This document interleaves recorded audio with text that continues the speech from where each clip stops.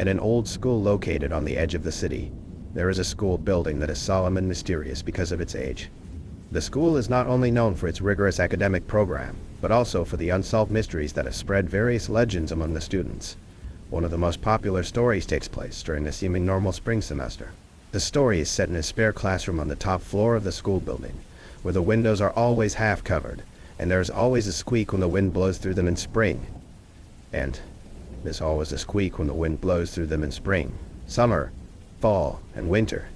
This classroom is almost unoccupied on weekdays, and is only used as a temporary study room under special circumstances. However, when night falls, the place becomes particularly eerie, and even the bravest students are reluctant to stay here. It was a late springy summer evening, and the sky was darkening faster than usual with dark clouds signaling an impending downpour. Several students had to stay at school waiting for their parents to pick them up because they had missed the last bus. To avoid boredom, they decided to explore the school building, and eventually, their feet stopped in front of the spare classroom. Pushing open the heavy wooden door, a dusty smell came over them. The interior of the classroom was dim, with only a few beams of light cast through the half-open windows, reflecting the outlines of the desks and chairs. The students lit up the flashlights on their cell phones and began to wander aimlessly around the room, telling each other the various horror stories circulating in the school in an attempt to ease the tension in their hearts. Suddenly, a cold wind blew through the room, sending shivers down everyone's spine. A bold student suggested a game, which was to turn off all light sources and be silent for 1 minute to see who could endure the darkness and silence. At first, everyone agreed half-jokingly, but when the lights really went out and the surroundings were plunged into total darkness, everyone began to feel an unprecedented sense of oppression. Just as the minute was coming to an end, a faint but clear cry rang out from somewhere in the classroom, a haunting and distant sound that belonged to no one. All the students froze. Fear made them forget the rules of the game and turned on their flashlights to look around for the source of the sound, but the cry ended abruptly, as if it had never existed. Just as everyone was discussing the strange incident, suddenly, a rush of footsteps came from the end of the corridor, accompanied by low gasps, as if something was rapidly approaching them.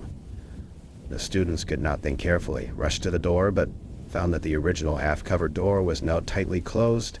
No matter how they pushed and pulled, the door did not move. In extreme panic, they tried to call for help by the space, as if the world outside could not hear their pleas for help at all. In this moment of despair, a bolt of lightning broke through the night sky, followed by a deafening clap of thunder. With this brief moment of light, they noticed an old dust-covered portrait in the corner of the wall of a student in an ancient school uniform, with deep sadness revealed in his eyes. Under the light of the thunder, the student in the portrait seemed to come to life, and the corners of his mouth rose slightly, revealing an eerie smile. Just when everyone was too scared to move, the door of the classroom suddenly opened on its own, and a strong wind rushed in, pushing them towards the door.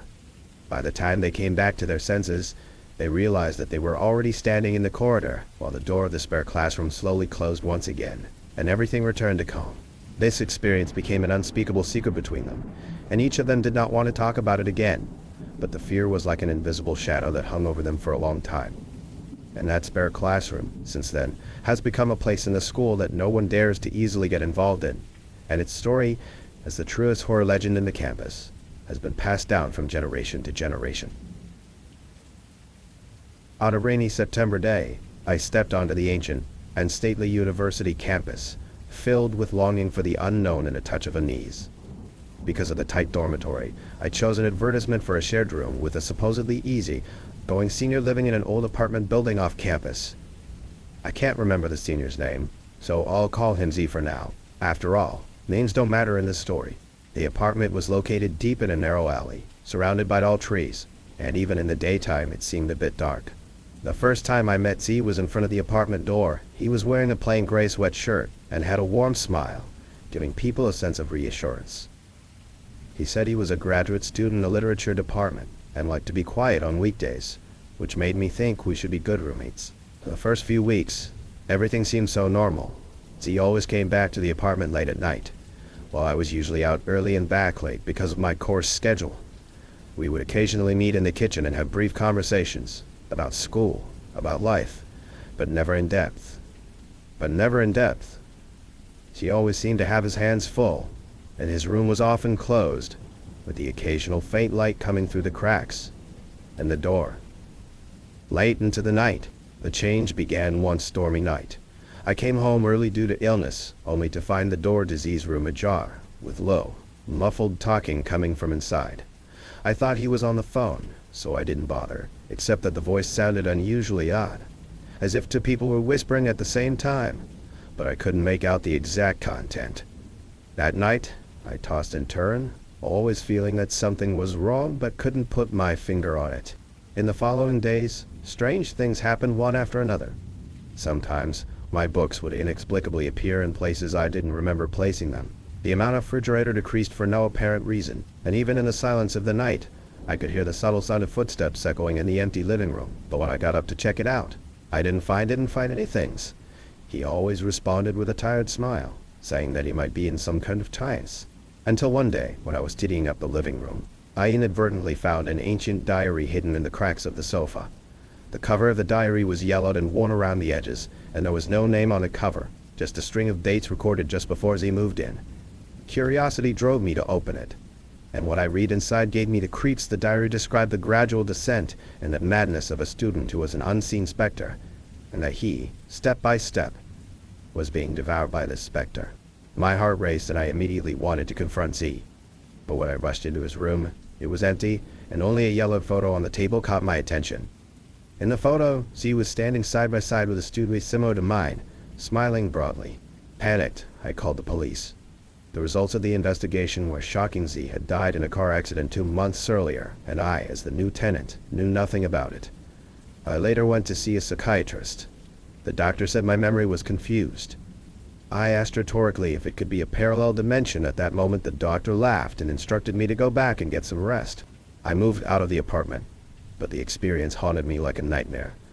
I came to believe that there are boundaries that are best left untouched by humans, because there are forces and secrets in the unknown that we cannot comprehend. And Z, the non-existent senior, taught me this valuable lesson in a strange way. 10 years ago, when I was still in high school, it was a stormy night in my remote boarding school, with only a dim light in the dormitory accompanied by the thunder outside. I lived on the upper bunk, a small and compact place, and I always had to carefully organize my belongings before going to bed every night so that they wouldn't accidentally slip off. However, that night, a small incident became a shadow that can never be erased from my mind. It was about late at night when a sudden clap of thunder woke me up, followed by a bright, blinding bolt of lightning breaking through the night sky. In a trance, I felt something fall off the side of my bed. It was a novel I had been reading before bed. I sighed, and although my heart was filled with reluctance, I decided to go down and look for it instantly so that the other roommates wouldn't find it the next morning and cause unnecessary trouble. As I carefully climbed down the ladder, my feet just touching the cold ground, I immediately bent down to search for it. However, strangely enough, it was as if the book had disappeared into thin air, and there was nothing but a little dust on the floor. I couldn't help but feel a whinge of uneasiness, but convinced myself that it might have fallen in some unappeasable corner. So I gave up the search and hurried back to bed, soundly hoping that this was just an insignificant hiccup. As the rain intensified, the thunder seemed to come closer, and the entire dormitory building seemed to be trembling. At this point, my bunkmate, a boy who usually seemed rather tough, suddenly called to me softly, with obvious panic in his voice, "Hey, can I squeeze in with you tonight?" This thunder really scares me. I didn't say no. After all, a little extra warmth is always good on a night like this. The two of us lay back to back on the narrow bed, listening to be diluted by this companionship. Early the next morning, the sunlight filtered through the gaps in the curtains, bringing a touch of warmth to the dormitory. When I woke up, I realized that my roommate on the lower bunk had already left, and the bed was neatly made as if no one had ever slept in it. At breakfast, the roommates sat around and the conversation somehow turned to last night's events. One of the roommates said to me with a strange look on his face, "You know what? When we passed by your room last night, we clearly saw someone sleeping on your bunk, but that person was neither you nor your bunk. But that person was neither you nor your port over my heart." I tried to remember everything about last night, trying to convince myself that it was just an illusion or a joke played by my roommates. However, as time went on, I felt more and more that there was something unspeakably weird about the whole thing. I began to pay attention to my bunkmate's every move, only to find that he seemed to be deliberately avoiding me, with an occasional flicker of inscrutable emotion in his eyes. Shortly afterward, we ushered in the graduation season, and each of us packed our bags and prepared to embark on different journeys in life. Before we parted ways, I mustered up the courage to talk to my bunkmate about that night, to make sure it was all right. I dialed the number he left for me, but the voice on the other end of the line was unusually cold. The person on the other end claimed to be a member of his family and told me not to call again, in a tone full of impatience and warnings, which sent a chill down my spine. After that call, I never got any more news about him, and the mystery of that night was never solved.